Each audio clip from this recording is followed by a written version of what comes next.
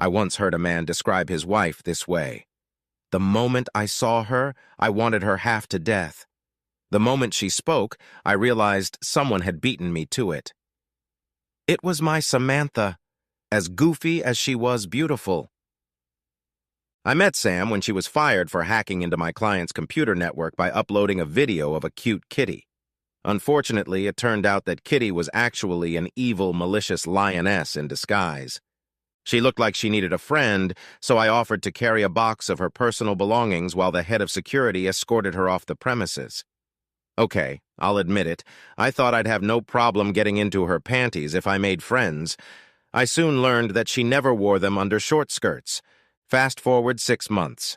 Her childlike simplicity and unquenchable thirst for sex won me over, and I asked her to move in with me. 6 months later, we were married. The night before our wedding, I took her hands in mine and said, "I will be your champion, slaying dragons and picking castles for your amusement.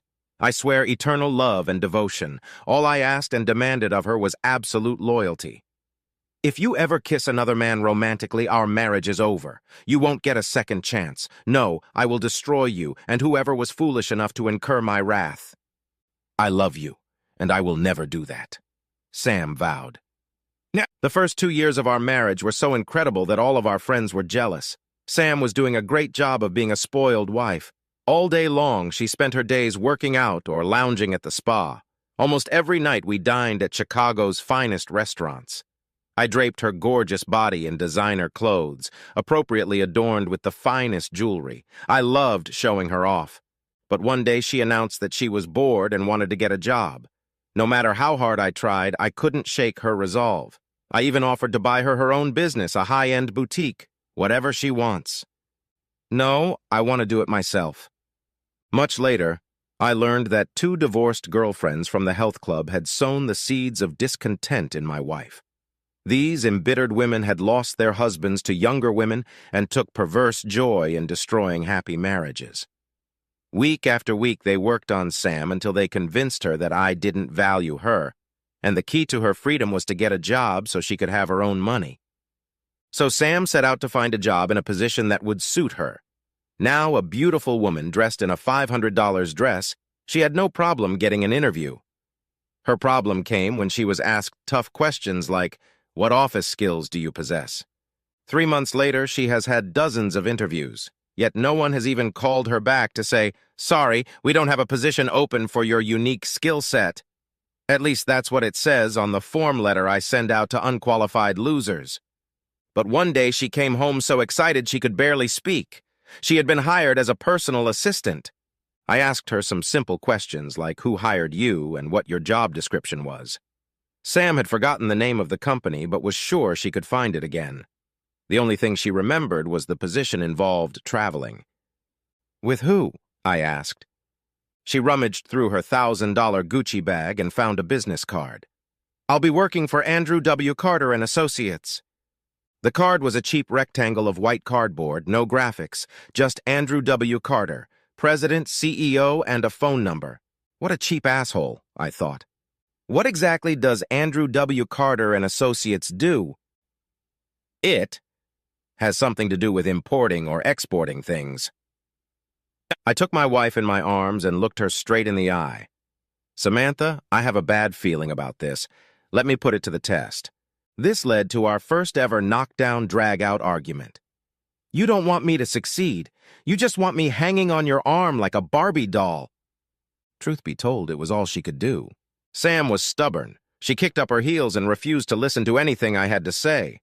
She set her jaw and stared at me. I knew that look meant she would rather take a beating than admit she was wrong. "I hope it's not too late for you to open your eyes to the truth." I discreetly had my investigators begin a full investigation of Carter. Sunday night, I received an email with a complete dossier. Carter was a small-time importer of counterfeit products that he sold to dollar stores. Much of his business was generated at regional trade shows where Sam was scheduled to appear. The current sales staff consisted of men in their 50s and early 50s. Sales had plummeted as Chinese manufacturers cut out the middlemen, laborers as they were called in the trade, and sold direct. On the eve of the big trade show in New York, Carter met with his sales staff to mull over decisions.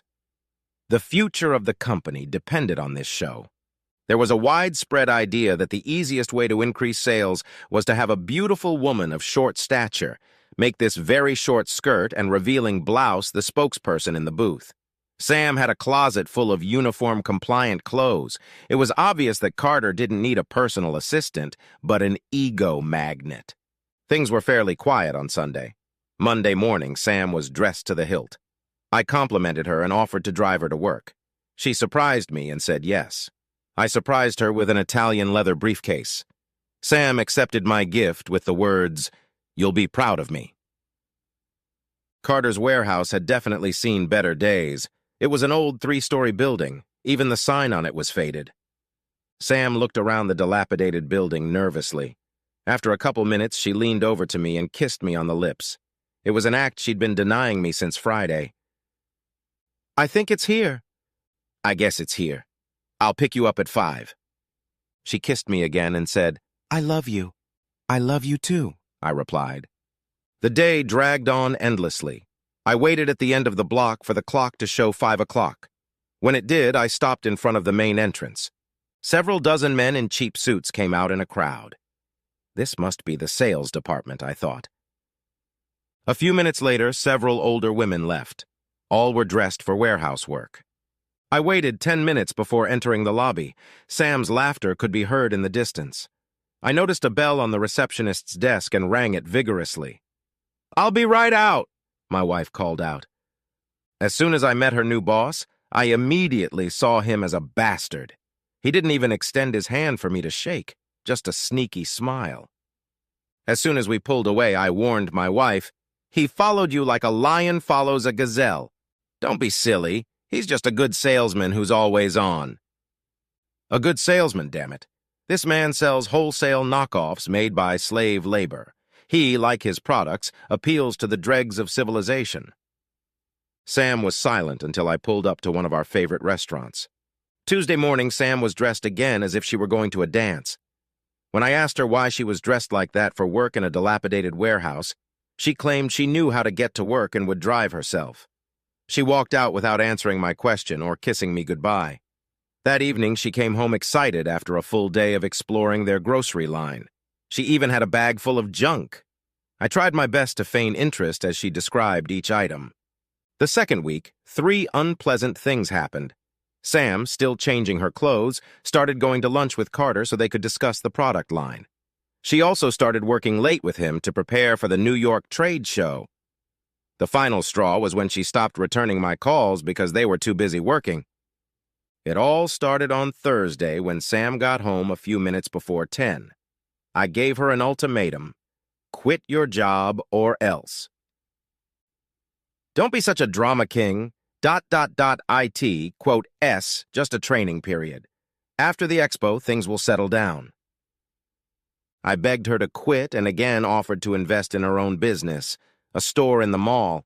Whatever she wanted, she again demanded that I let her succeed on her own. On Friday, Sam ignored 10 phone calls and didn't get home until after 11. I was waiting at the door when she walked in. "Are you having trouble with your phone?" Sam instantly turned into an angry bitch because I don't trust her. "I would never get in your way if you had a big career." "Big career? You make minimum wage. The jewelry you're wearing is worth more than his entire business." Sam spat venom back. "Why don't you trust me?" "I trust you. I don't trust Carter. I've seen too many predators like him. Besides, what are your qualifications for this job besides being pretty?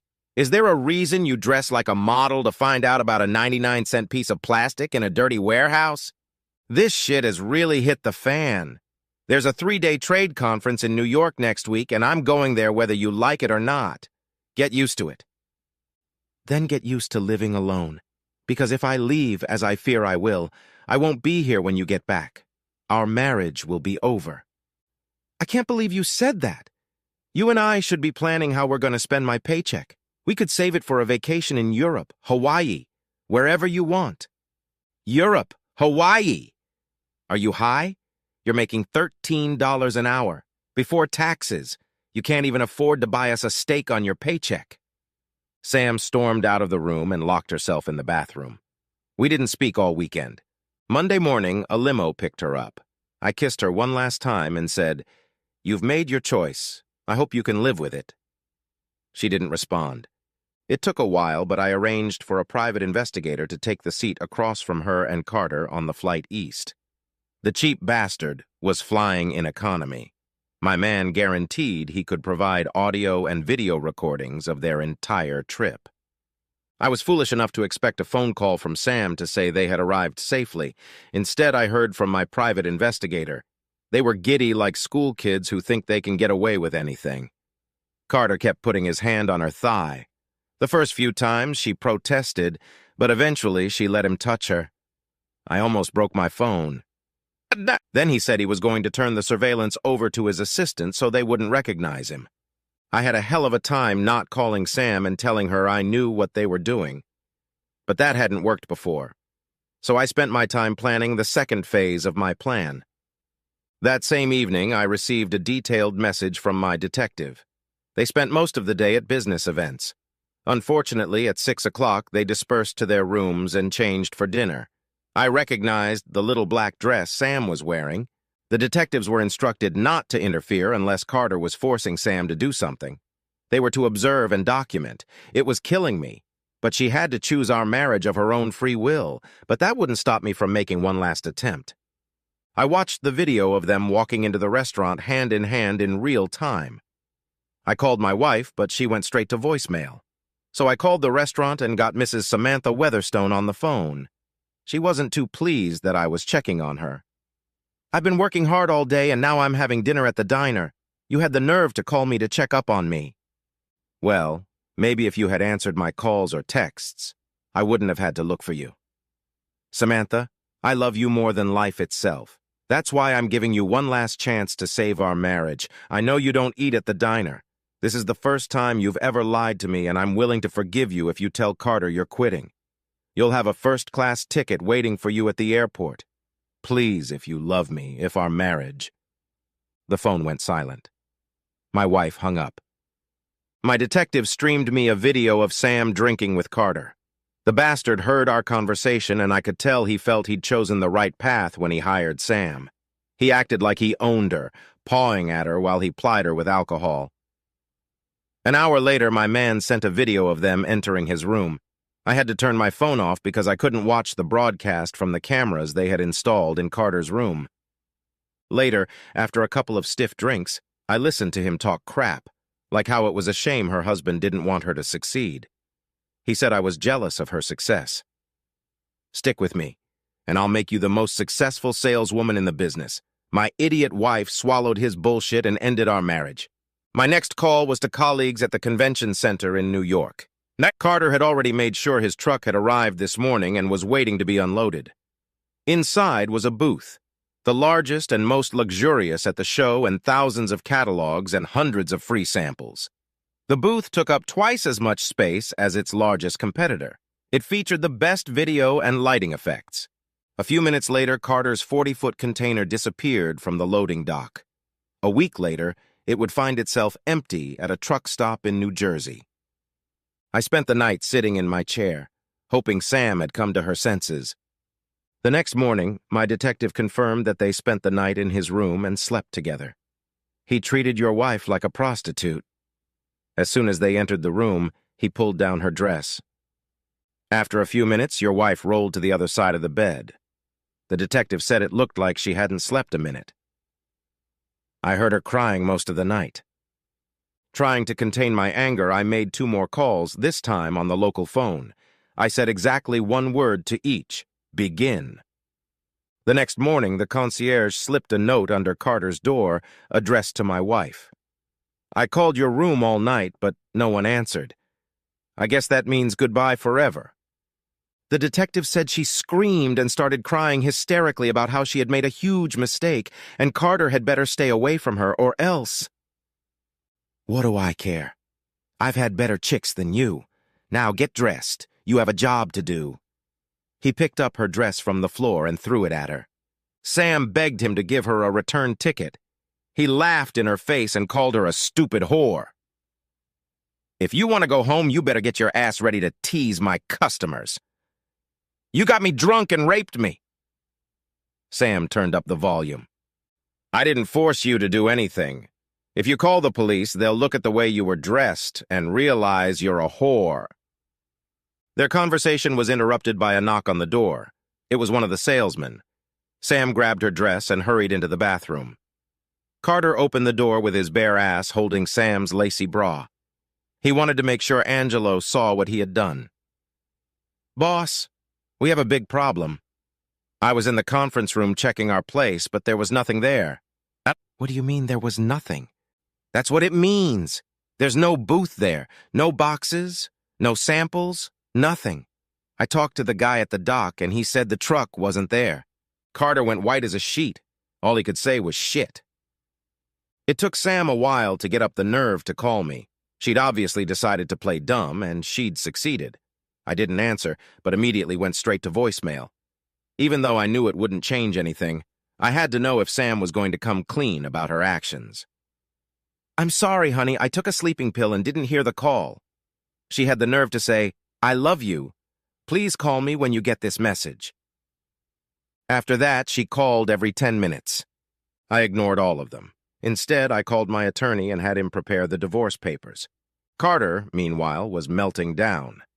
The exhibit opened in 30 minutes, and he had nothing. He started making frantic phone calls. The police couldn't help. Cameras mounted on the cargo dock showed a white truck with no license plate or title gone last night. They said a detective would be there in an hour or so to investigate. Carter called the warehouse and told them to gather up all the catalogs and brochures they had and send them on the next flight to New York. There was some pretty meager loot. Carter spent the afternoon sitting on a borrowed bar stool in front of a cardboard sign he'd made from a stationery store. His sales staff looked awkward trying to sell invisible products. Sam looked horrified as she stood alone in the corner crying quietly. Andrew Carter and associates quickly became the butt of jokes among those in attendance. His Chinese competitors, whose booth was directly across the aisle, politely smiled and bowed to him every time they handed out one of their endless bags of samples. A pallet full of boxes finally appeared late in the afternoon on the second day of the show. Their contents, however, were outdated catalogs and last year's no longer hot products. My man said several people stopped by to talk to Carter, but no one wanted to place an order with an employee who, by all accounts, wouldn't work for 3 months. Instead, his competitors sucked up all the orders. By the end of the second day, Carter was broke. He finally agreed to Sam's demand that he let her go home. Carter gathered his sales staff and ordered them to continue the fight, even as he hastily retreated. He told one of them to exchange their tickets and send them home as soon as possible. Sam wasn't very happy when she learned that the plane didn't leave until 10 a.m. and spent the night locked in her room. She dutifully sent me her flight information. Flight 901 arrives at O'Hare Airfield tomorrow at noon. Then she added, I miss you. Even though they were sitting next to each other, no one spoke. Carter was too busy trying to figure out how to restructure his line of credit since he no longer had the receivables to back it up.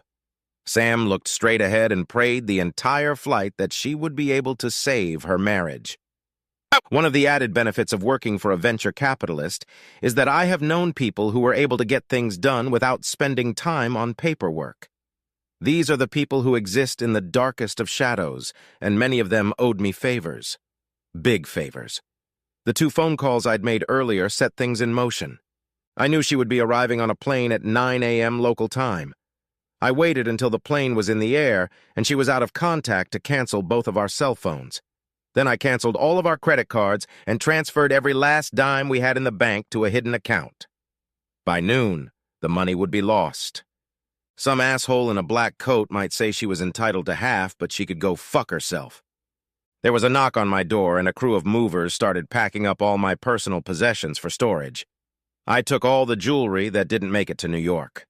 20 minutes after the movers left, a bulldozer and a small crane were unloaded in my driveway. No questions were asked. They just started turning my $500,000 home into a neat pile of rubble. When they were done, they too disappeared into the fog like the mythical Brigadoon. My detective sat in the row behind Sam. He said neither of them uttered a single word during the flight. As soon as they landed, she tried to turn on her cell phone. She became very nervous when she learned that her service had been canceled. Sam almost ran down the gangway to get to the payphone. A man in a black suit with a sign with her name on it was standing in front of a crowd of departing passengers. She assumed he was the limo driver to take her home and asked if she could borrow his phone. "Are you Mrs. Samantha Weatherstone?" "Yes, I am. Now please lend me your cell phone." He handed her a large manila envelope. "You've been served. And no, you can't take my phone." Sam was starting to freak out. "I don't see our driver," Carter said as he approached. "Get the hell away from me or I'll scream." Sam found a phone and called my cell phone. She got a message that the number had been disconnected. She then dialed my office number, which I told her was for emergencies only, and was told that no one by that name worked there.